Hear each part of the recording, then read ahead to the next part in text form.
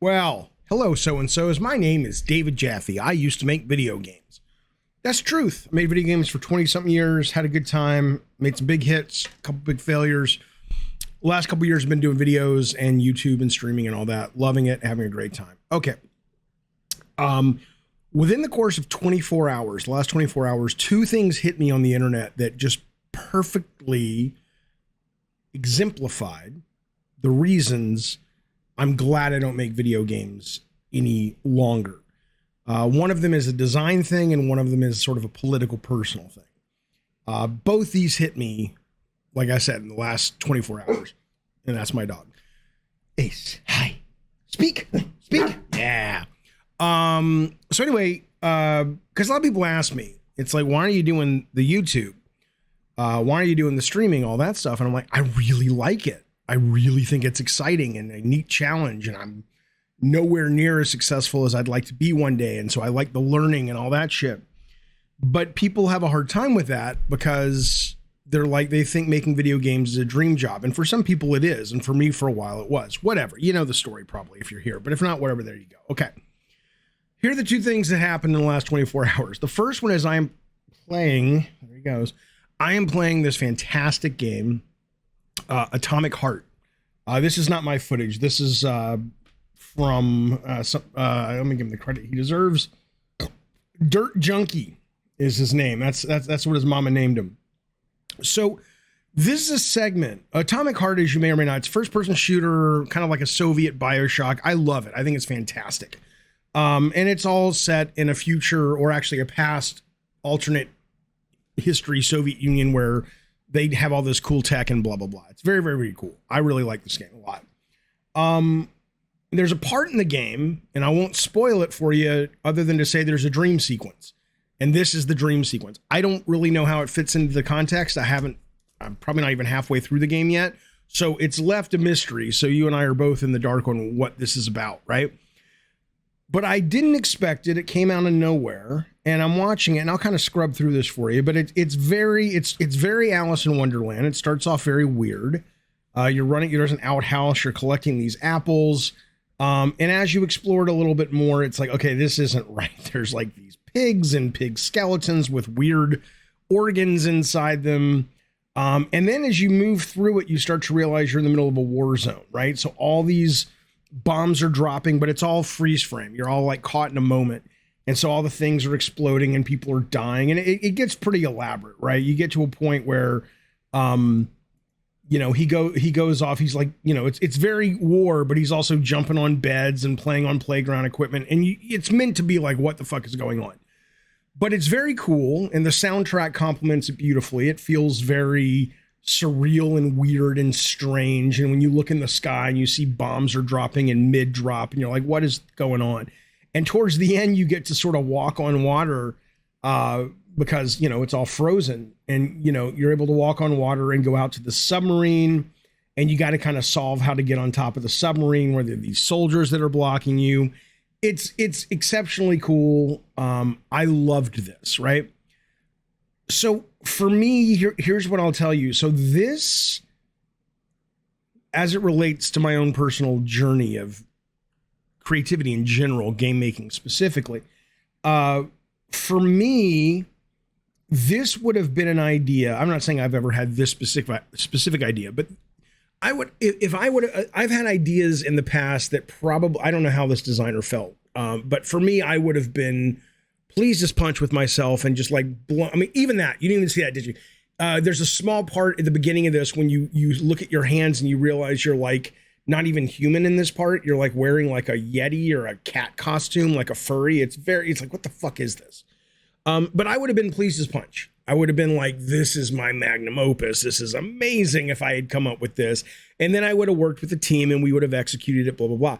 And there was a time when I just loved all the work, all the stress, all the crunch. To me was worth it when people got to experience this thought I had in my head 2 years before, and they're sitting in a focus room, or they're reviewing the game, or they're talking about it online, and they're talking about this moment. And it would motivate me. It would fill me with a sense of not so much just pride, but like, achievement and a sense of this is where I belong. And I loved having that feeling. And that was the main feeling that I chased and that I from time to time was able to achieve.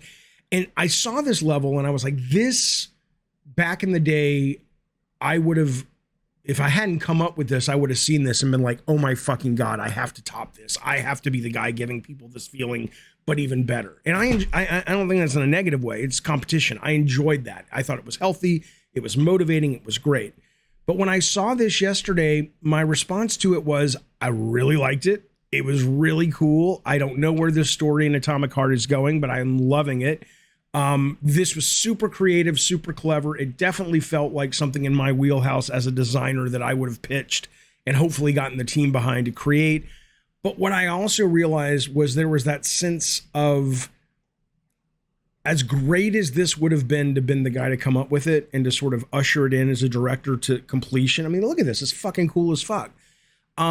It was really cool to see this because it made me realize that I no longer am motivated at all by that desire to get that feeling of, oh my God, did you see Jaffe's new game? Did you see the segment, the dream segment in Jaffe's new game?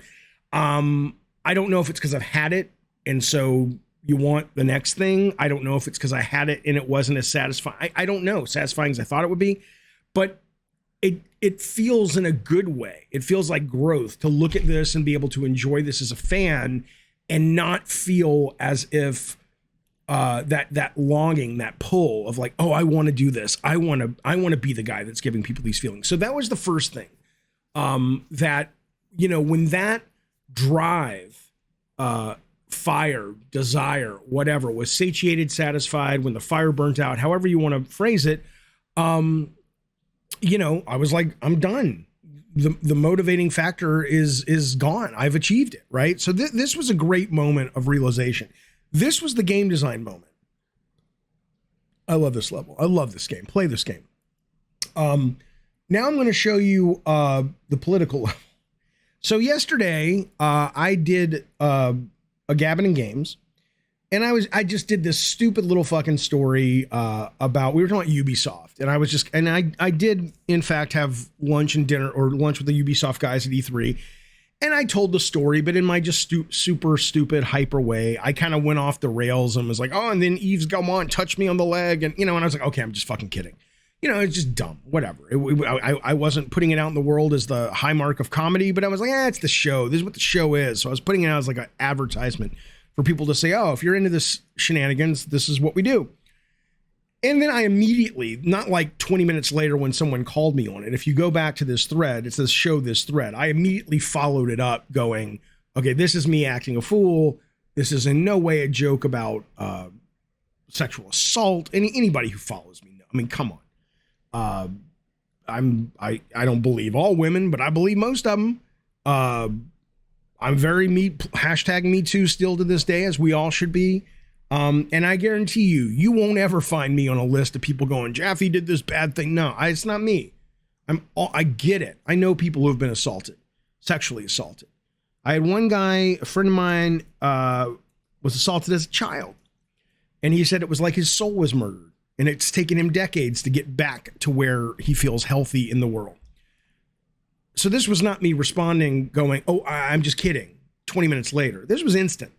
I made sure I put that right in the video or right on the tweet right afterwards. I would never actually joke about the pain that people have gone through. And it's a very serious subject, but I'm also not going to be like a fucking, you know, I can't say anything. No, it's a funny, stupid joke, in my opinion. And this guy, Alex Hutchinson, tweets out, what a loser this guy has become. Now, I will leave it up to you to do your own research on Alex Hutchinson and some of the things that he has said and been called out for in the press. Maybe it bothers you, maybe it doesn't. It's only relevant in the sort of, wow, you're judging me, but kind of way. But that said, regardless, even if this was Steve Rogers, Captain America, the cleanest person in the world in terms of no baggage or anything, this is another reason that I'm very glad I'm not making games anymore. Because to me, this shit feels so performative, right? This guy, and he's a designer. He worked, I think he was the AC3, Assassin's Creed 3 fucking director, maybe creative director. I don't know what he did. He did something. And now he's over at Raccoon Logic. Okay.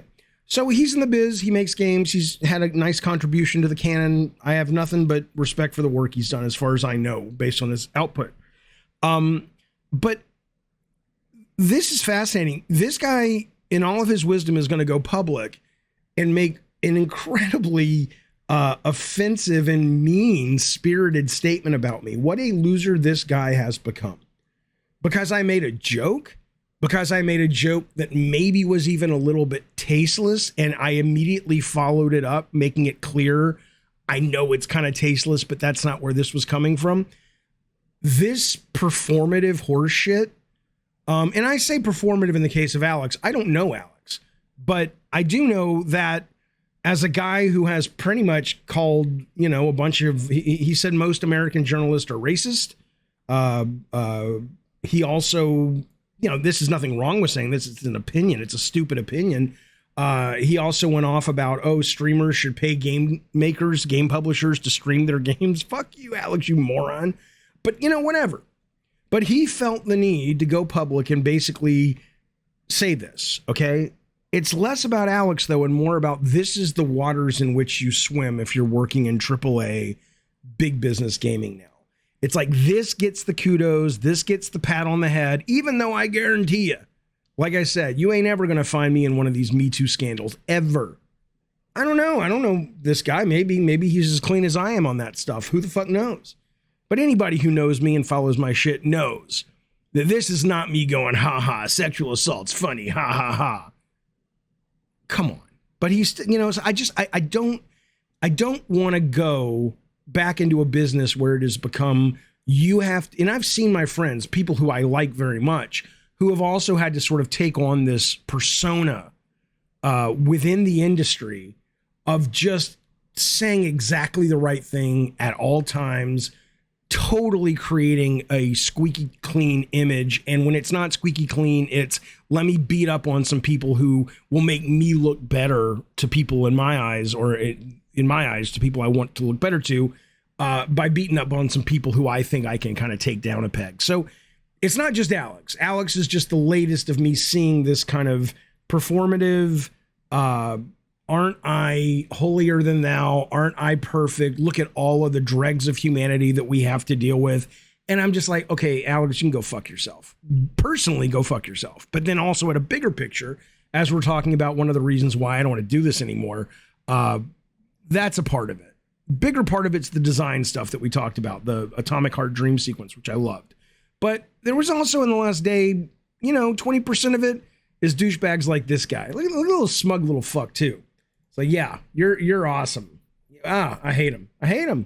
Just 'cause he's so fucking smug. I don't know. Maybe he's a good guy. Maybe he's got kids. Maybe he's, maybe he's a nice fellow. Maybe he just, we got off on the wrong. I don't fucking know. All I can tell you though is that I don't like him today. So anyway, I wanted to share. I wanted to unload. I wanted to talk about it. And now I'm done with that. And I hope you're well. And I'll be back real soon with the Gabbin' of Games. Be well, be safe, and I will see you soon. Bye.